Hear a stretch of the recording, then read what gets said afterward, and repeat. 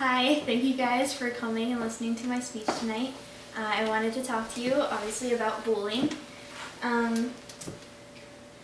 Rebecca Sedgwick was a girl living in Florida. It was reported that at one point she was being bullied by 15 girls or more at the same time.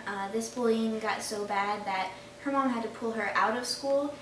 Unfortunately, this continued while she was out of that school online, and it got so bad that the girls would tell her to drink bleach to go die.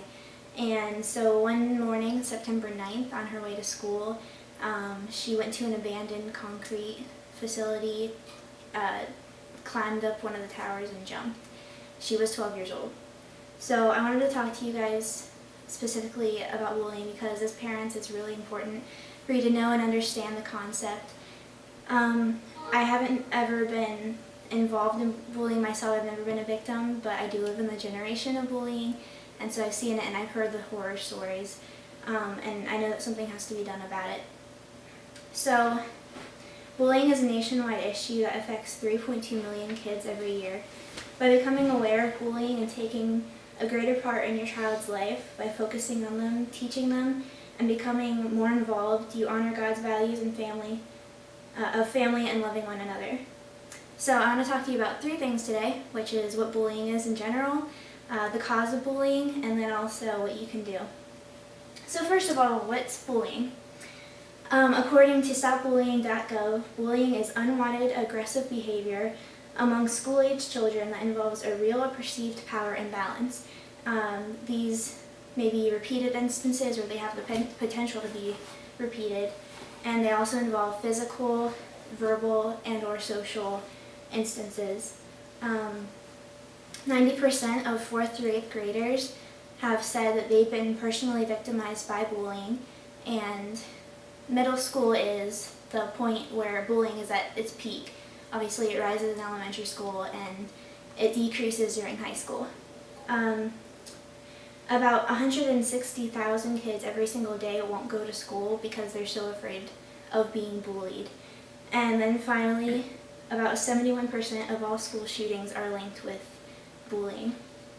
So now that we know a little bit more about bullying itself, I'm going to talk about the overarching cause of bullying, which is a cause in most of our lives of a lot of issues, which is the God problem.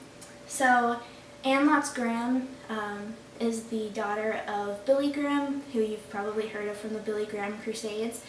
And 2 days after 9/11, she was asked on a TV show, of course, the age-old question of why would a good God let things like this happen to good people? So with this, she responded, I say God is also angry when he sees something like this.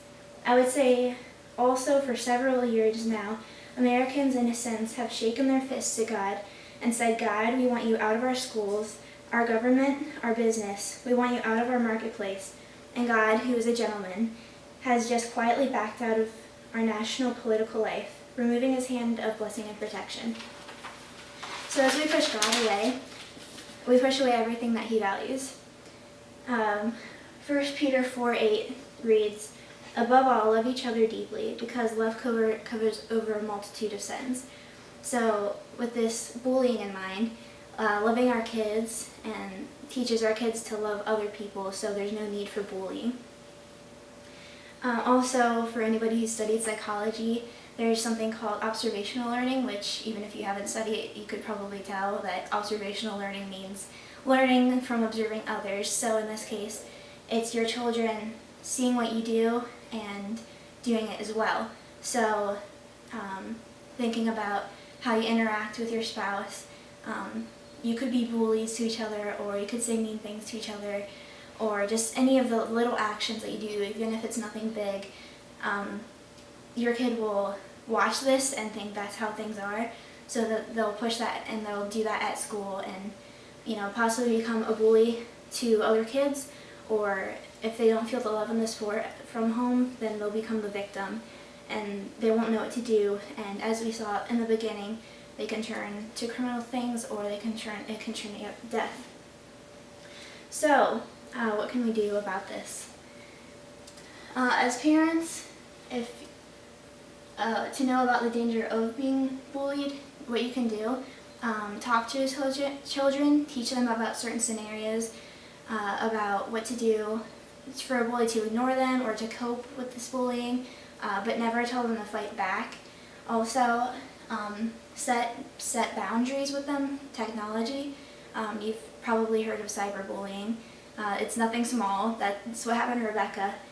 And you can set filters, or you should have a public computer and set it somewhere where everybody can see it, so that these private things aren't happening to them. And if something does happen, if you figure out, then immediately go to the school or go to the police if it's threatening in nature. And then also, if you're fear of your child becoming a bully, again back to the observational learning from the psychology, don't be a bully in your house and your child won't learn that from you.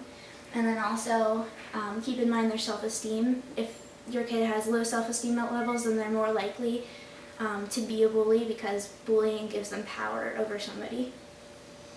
And finally, there's tons of different online resources you can go to if you want to help nationally, if you feel the desire to do so. You can just Google bullying and tons of sites will come up. So as we finish, I want to remind you of my 3 points, which were the nature of bullying itself, the cause of bullying, which is our God problem, and then what you can do to help. So I really hope that you guys take this to heart and that you talk to your kids or do something about it, because more than anything, I don't want your kid to become another statistic and another Rebecca Sedgwick.